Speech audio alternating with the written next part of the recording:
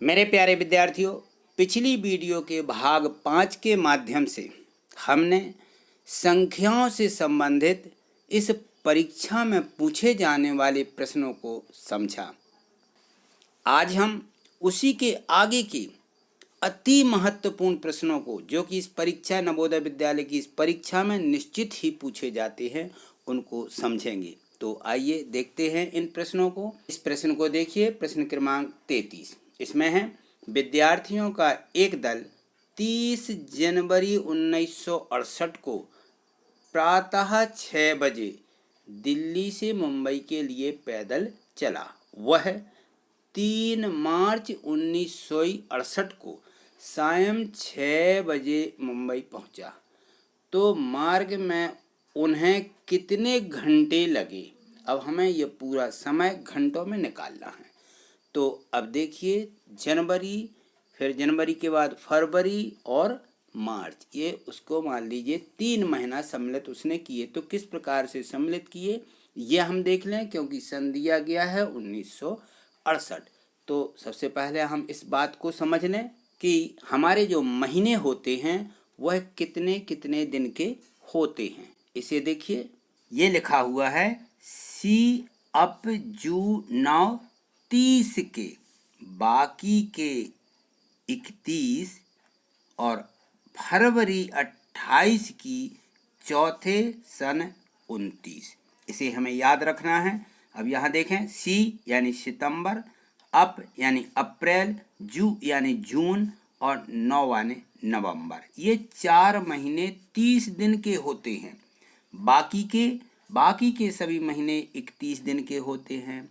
और फरवरी 28 की होती है, लेकिन चौथे सन 29, जिस सन में 4 का भाग चला जाए उस सन में फरवरी 29 दिन की होती है। तो अब हमें यहाँ इस सन को देखना है। ये हमें सन दिया गया है 1968। तो यहाँ हम 1968 में 4 का भाग लगा के देखेंगे। तो यहाँ 4 का भाग लगाएंगे हम। देखिए, ये हम 4 का भाग लगा देते हैं ये इस सन में।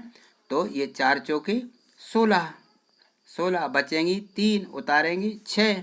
तो ये 6, 4 नाम 36 उतारेंगे 8 और आ जाएगा 4 दूनी 8। तो इस सन में 4 का भाग चला गया है।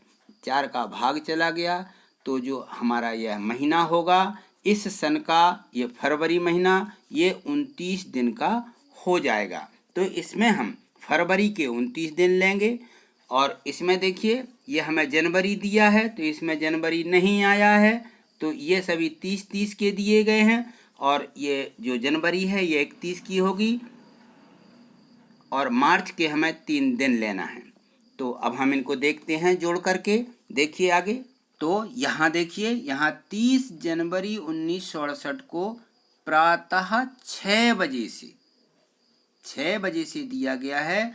और वह 3 मार्च को सायं 6 बजे, तो हमें सायं तक का समय कवर करना है। इसलिए ये 30 जनवरी को शाम तक कितना समय हो जाएगा यह हम लिख लेते हैं कि 30 जनवरी को प्रातः से शाम तक 12 घंटे हुए। तो यहाँ देखिए, हमने ये लिख लिया कि 30 जनवरी को प्रातः से, कब से, ये दिया गया है इसमें कि प्रातः 6 बजे से, तो शाम तक, ये शाम तक कितना घंटा हुआ? प्रातः 6 बजे से जनवरी के शाम तक, ये हो गए हमारे 12 घंटे। तो हमने लिख लिए कि 12 घंटे हुए। अब हमें चलना है 30 जनवरी के बाद 31 जनवरी को, क्योंकि जनवरी 31 की होती है।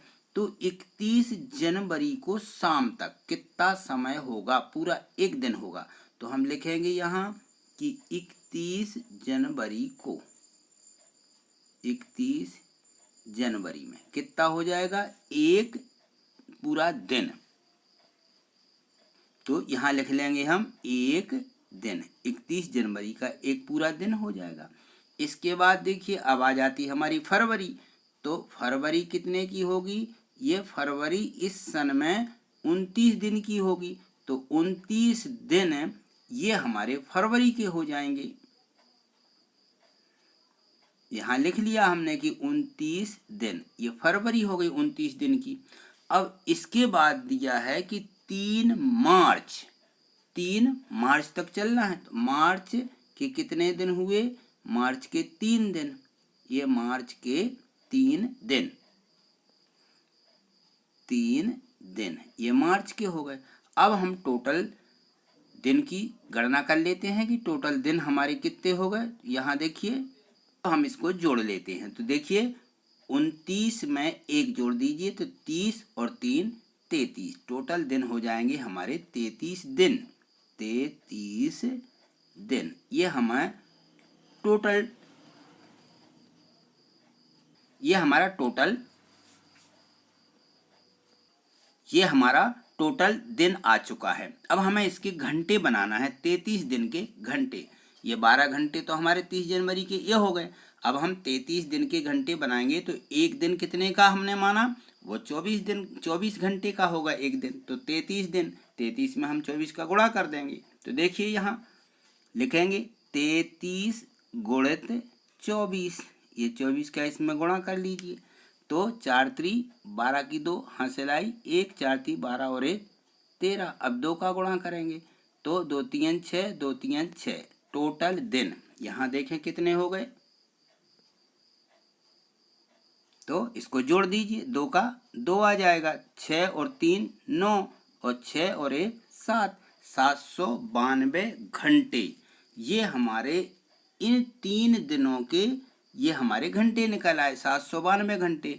और 12 घंटे कब लगे हैं? ये 30 जनवरी के 12 घंटे हैं। तो 792 में हम 12 और जोड़ देंगे। तो यहाँ जोड़ लीजिए। तो देखिए 792 में 12 घंटे और जोड़ दें तो यहाँ आ जाएगा 12। ये 12 और जोड़ दीजिए तो 2 और 2 4, 9 और 1 10, 7 और 1 8, 804 घंटे, 804 घंटे ये हमारा उत्तर हो जाएगा। तो इसे हम देखेंगे और इसका मिलान करेंगे कि 804 किस में दिया गया है। तो ये 804 हमें दिया गया है डी वाले ऑप्शन में। यह हमारा इसका उत्तर होगा। यहाँ अब इस प्रश्न को देखिए, प्रश्न क्रमांक 34 दिया गया है। इसमें है कि 9 मई से 31 मई तक कुल दिनों की संख्या कितनी होगी जबकि दोनों दिन सम्मिलित कर लिए जाएं। दोनों दिन सम्मिलित कर लिए जाएं यानी 9 मई और 31 मई दोनों सम्मिलित कर लिए जाएं। तो हमें बीच के दिनों की संख्या ज्ञात करनी होती है। और हम करते क्या हैं, जब हम संख्या ज्ञात करते हैं तो हम पहले वाले अंक को छोड़ देते हैं और अंतिम दिन की गिनती कर लेते हैं। तो पहले वाले दिन को भी हमें सम्मिलित करना है। तो ऐसी स्थिति में हम क्या करेंगे, हम 31 में से 9 को घटा देंगे।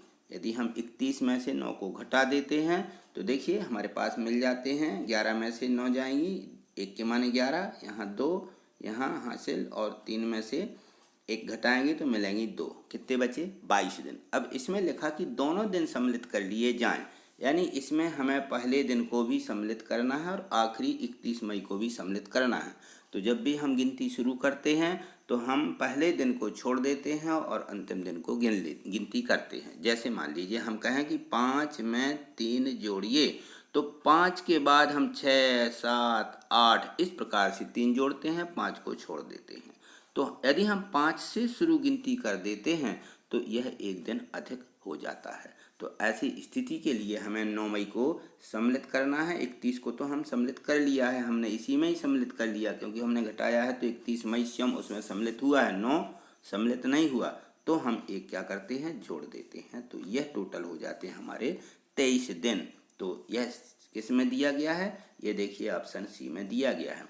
अब यदि मान लीजिए हम वैसे भी गिनती करते हैं कि हम 9 से गिनती शुरू करें, तो अब देखें इसे, तो देखें कि इसमें जो है यदि हम 9 से गिनती शुरू करें तो 9 मिल जाएगा और 10 मिल जाएगा। 9 10 माने 9 मई श्याम और 10 ये 2 दिन यह हो गए।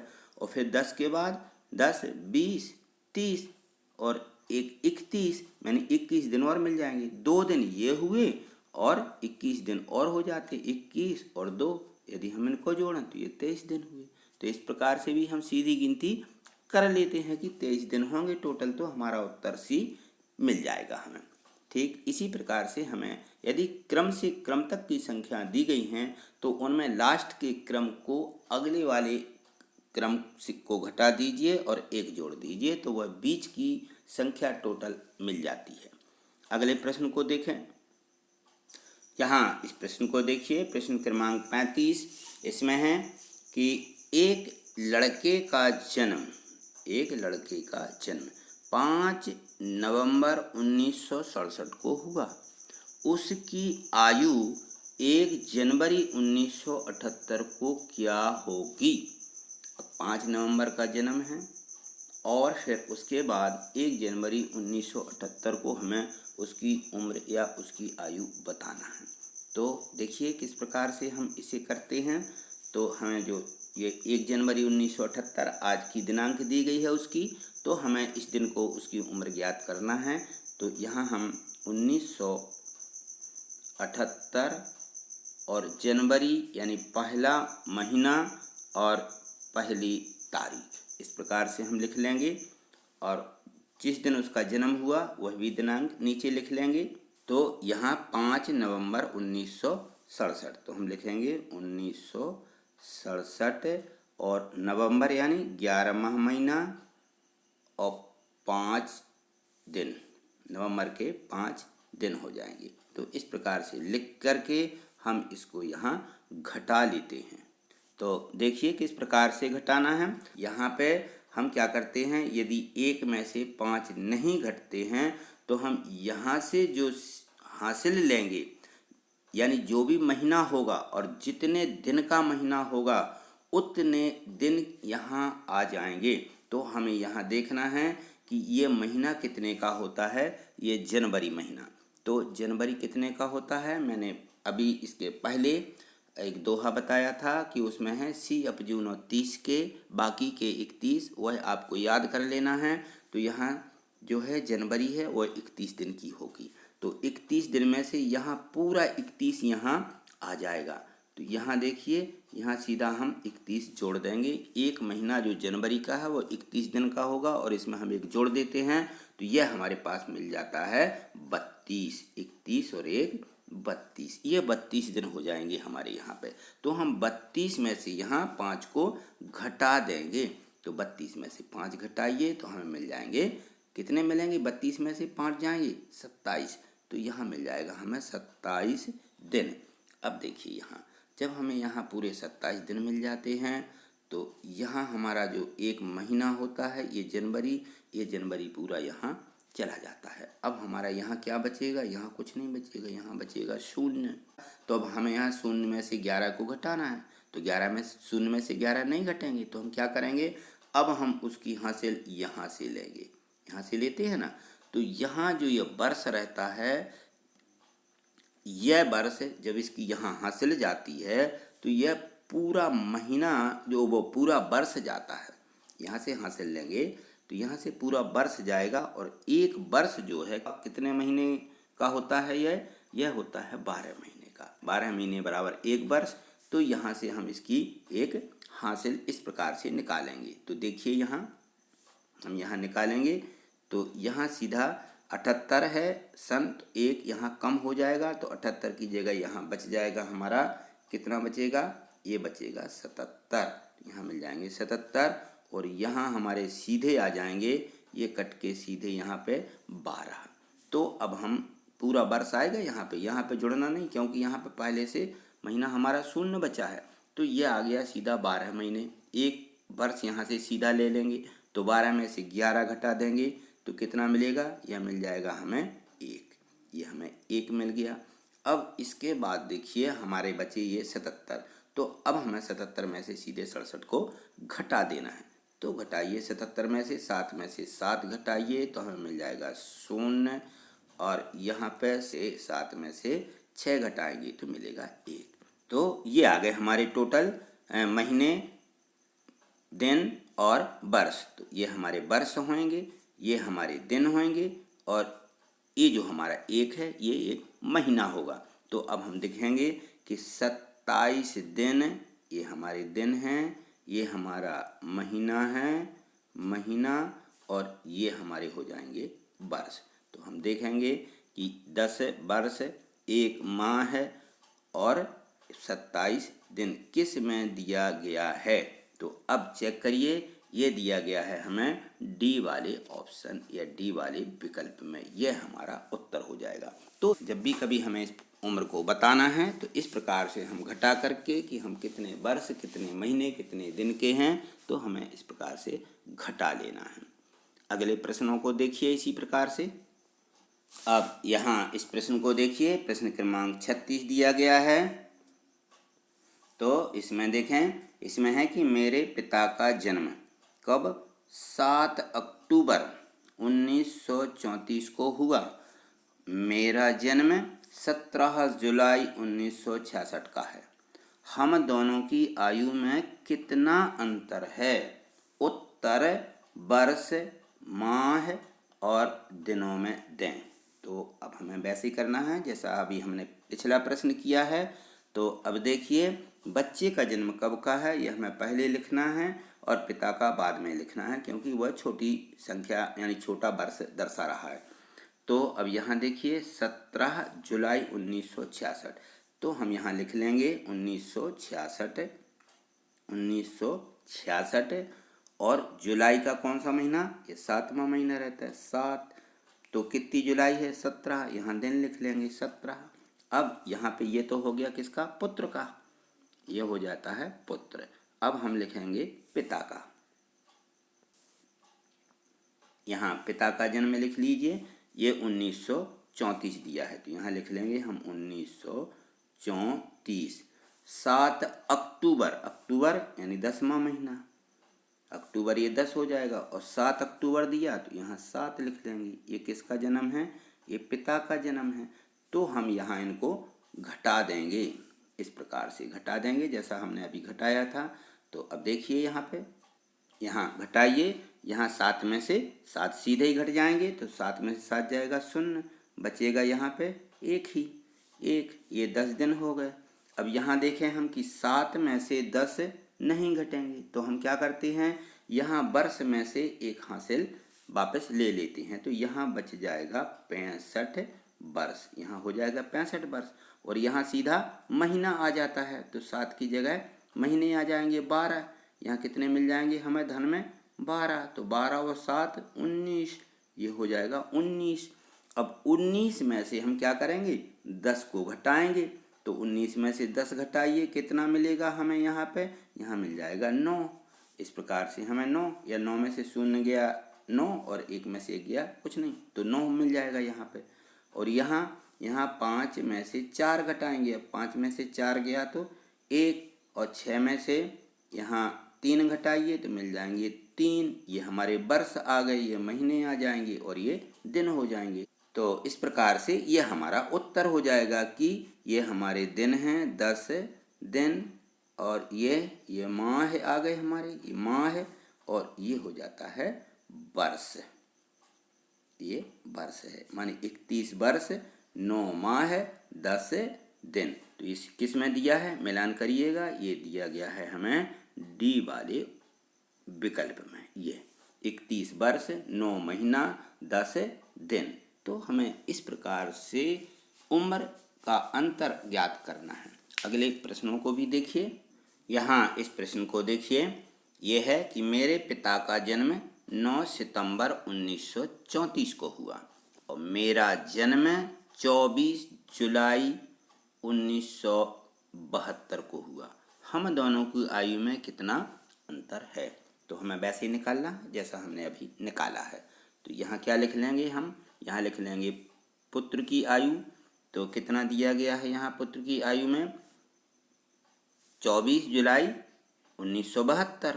तो यहाँ 1972 यहाँ लिखें हम 1972, और कितना दिया जुलाई, जुलाई यानी 7 और दिन 24, ये यहाँ 24 लिख लेंगे।